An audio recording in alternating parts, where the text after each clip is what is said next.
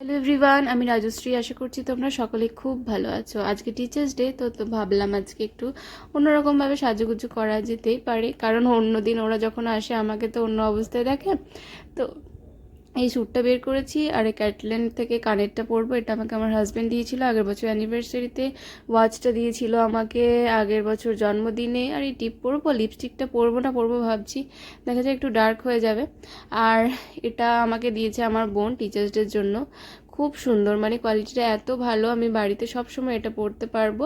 খুবই নরম মধ্যে, একদম ভালো বেশ। আর এই প্রিন্টগুলোকে কি বলে ঠিক আমি জানি না, যারা জানো তারা কমেন্টে বলো। এখন এটা খুব উঠেছে, এই এই ছিটটা না শাড়ি ব্লাউজও বেরিয়েছে, খুব ভালো লাগে।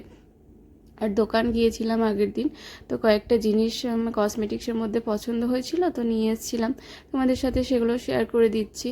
এই যে নেল পালিশটা যেটা আমি পরে রয়েছি, লিপস্টিকটাও খুব ভালো, ম্যাট ফিনিশ একদম।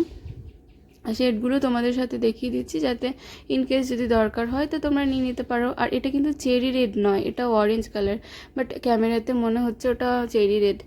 আর এই যে মাস্কারাটাও দোকান থেকে আমার সাজেস্ট করলো, আমি মেবলিনেরটা চাইছিলাম, তো ওটা ছিল না, বলে যে এটা নিয়ে দেখো ভালো লাগবে আশা করছি। আর এটা দামও কিন্তু খুব কম, 65 টাকা দাম এটার, কিন্তু আমি এখন ইউজ করে দেখিনি।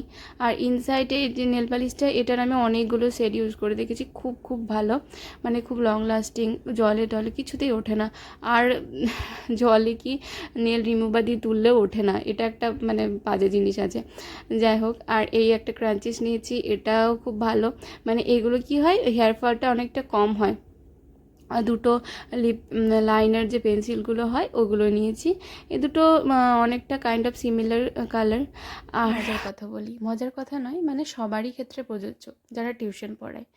যখন একটা টিউশন টিচারকে ইন্ট্রোডিউস করাতে হয়, তখন তারা কিন্তু শুধু টিচার বলেন না, বলেন যে টিউশন পড়ায় এ, আর টিউশন পড়িয়ে সংসার চালায়। যদিও আমার এটা only source of bread and butter নয়, কিন্তু অনেকেরই কিন্তু টিউশন পড়িয়েই সংসার চলে সত্যি সত্যি।